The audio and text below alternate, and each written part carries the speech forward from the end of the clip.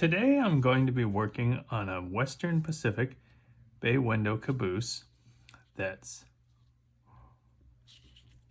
at the Western Pacific Railroad Museum in Portola, and it's part of their caboose train.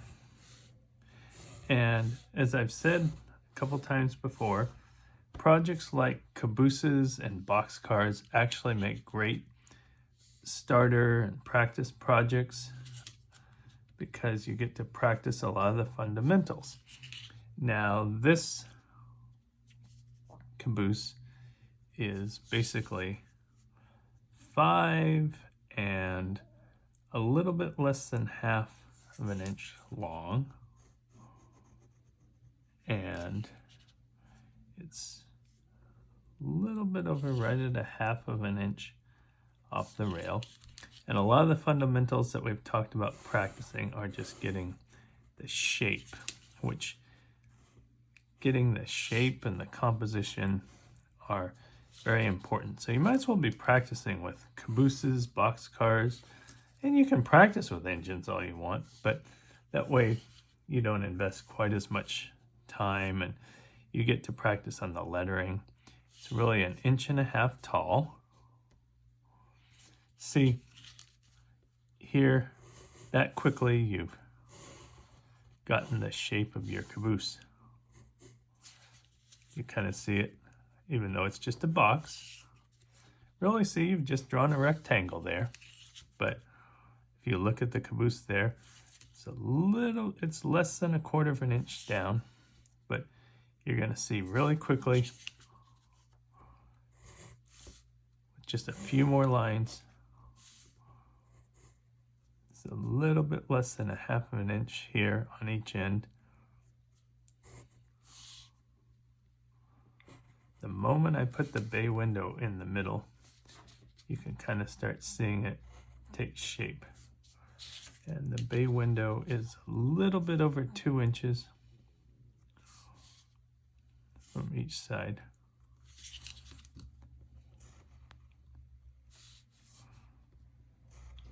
And see, I mean, it's already basically starting to be a caboose. And then you start just basically, you already can start filling in details now because you have pretty much the basic shape here. And if you look at it, this is now divided into 3 pieces, which is right at 2 inches. So it's right there, a little bit. There you go. And see, once you put a couple of these lines in there, see, the moment you put even these lines in, that rectangle that quickly is starting to look like a caboose. When I put this little roof on this,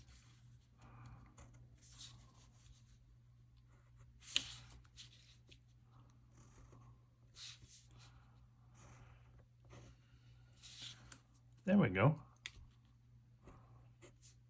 See? And I'll put a porch step out here.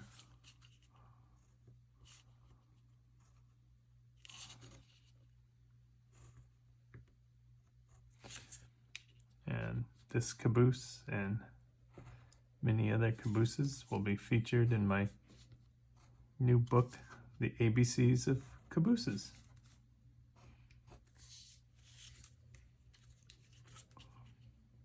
See, the moment you put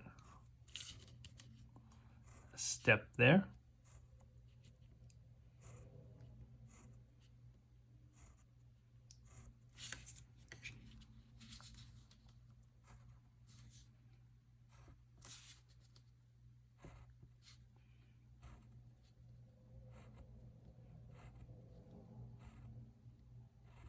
see how quickly this rectangle is becoming.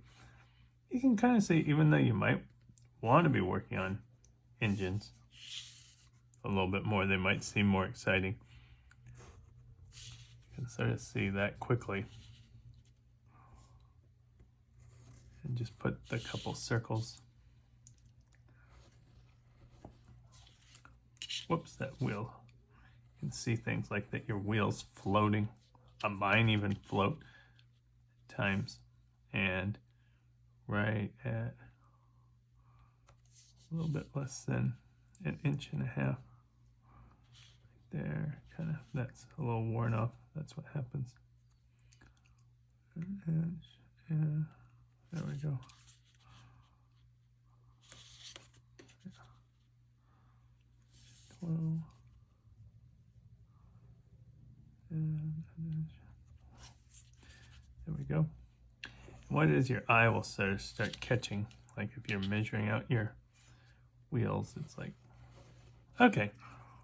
And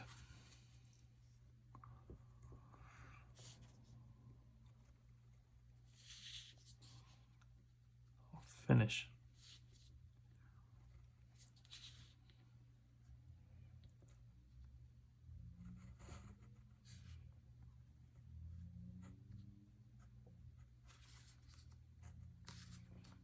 Putting these trucks on.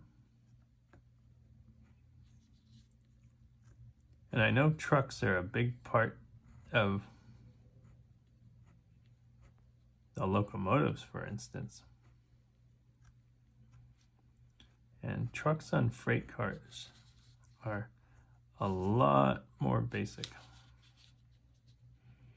So that's, again, a good reason to practice on here. I did this one a little quickly. Why don't I do this one a little more slowly, and then we can move to part 2. Basically do a line across here, then kind of sort of a little round area there, and then sort of a little rectangle here, then put another line there, diagonal line, then kind of a box for the springs, then put the springs in,